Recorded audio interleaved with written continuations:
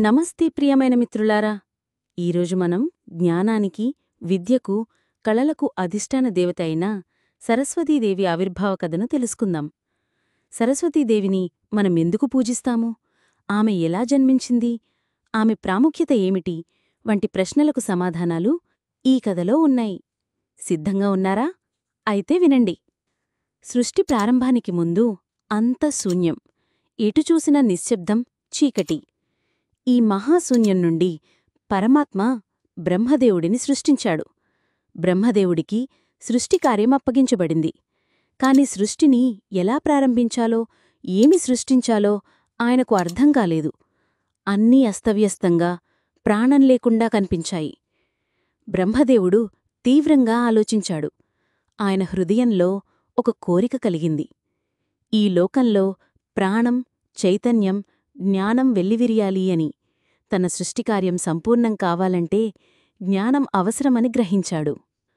సృష్టికి కావలసిన జ్ఞానం కోసం బ్రహ్మదేవుడు పరమాత్మను ధ్యానిస్తూ తీవ్ర తపస్సు చేశాడు. ఆయన ధ్యానంలో లీనమై ఉండగా ఆ తపస్సు శక్తి నుండి, ఆయన శరీరం నుండి ఒక అద్భుతమైన దివ్యకాంతి పుంజుకొని ఒక సుందరమైన రూపం దాల్చింది. ఆ రూపమే సరస్వతీదేవి. ఆమె తెల్లటి వస్త్రాలు ధరించి మెరిసేలా ప్రకాశిస్తుంది. ఆమె చేతుల్లో వీణ, వేడాలు, అక్షరమాల మరియు కమండలమున్నాయి. ఆమె రూపం జ్ఞానానికి, పరిశుభ్రతకు, శాంతికి ప్రతీకగా నిలిచింది. ఆమె రాగానే ఆ శూన్యమైన లోకంలో ఒక రకమైన చైతన్యం, తేజస్సు నిండిపోయాయి. సరస్వతీదేవి ఆవిర్భావంతోనే బ్రహ్మదేవుడు ఆనందంతో నిండిపోయాడు.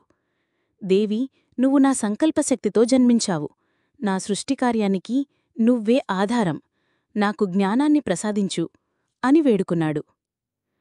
సరస్వతీదేవి మందహాసం చేస్తూ తన చేతిలోని వీణను మీటింది. ఆ వీణానాదం నుండి సప్తస్వరాలు, సంగీతం, శబ్దాలు పుట్టాయి. ఆ శబ్దాలతో లోకంలో ప్రకంపనలు మొదలయ్యాయి. అప్పుడు సరస్వతీదేవి బ్రహ్మకు జ్ఞానాన్ని, భాషను, అక్షరాలను, కళలను ప్రసాదించింది.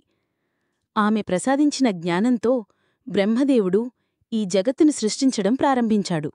నదులు, పర్వతాలు, చెట్లు, జంతువులు, పక్షులు, మానవులు ఇలా అన్నీ క్రమంగా ఏర్పడ్డాయి. సరస్వతీదేవి జ్ఞానంతోనే సృష్టిలో ఒక క్రమం, అందం, కళలు చోటు చేసుకున్నాయి. అందుకే సరస్వతీదేవిని వాగ్దేవి అని, జ్ఞానస్వరూపిణి అని, కళలకు అధిష్టాన దేవత అని పిలుస్తాము. సరస్వతీదేవి జ్ఞానం లేనిదే ఏ సృష్టికార్యమూ, ఏ పురోగమనమూ సాధ్యం కాదు. ఆమె మనకు మాటతీరును, బుద్ధిని, ఆలోచనలను ప్రసాదిస్తుంది. సంగీతం, నృత్యం, సాహిత్యం, శాస్త్రం, ఏ రకమైన కళ అయినా, ఏ రకమైన జ్ఞానమైనా సరస్వతీదేవి అనుగ్రహం లేకుండా రావు. అందుకే విద్యార్థులు, కళాకారులు, కవులు, శాస్త్రవేత్తలు అందరూ సరస్వతీదేవిని పూజిస్తారు. ముఖ్యంగా వసంత పంచమి రోజున సరస్వతీ పూజ ఘనంగా నిర్వహిస్తారు. పుస్తకాలను, పెన్నులను, సంగీత పరికరాలను ఆమె ముందు ఉంచి పూజిస్తారు.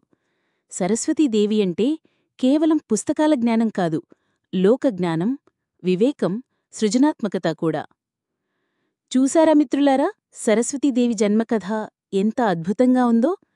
ఆమె కేవలం బ్రహ్మదేవుడికి మాత్రమే కాదు, మనందరికీ జ్ఞానాన్ని, చైతన్యాన్ని ప్రసాదించడానికి ఆవిర్భవించింది. అందుకే మనం ఎల్లప్పుడూ జ్ఞానాన్ని గౌరవించాలి, చదువుకోవాలి, మంచి మాటలు మాట్లాడాలి.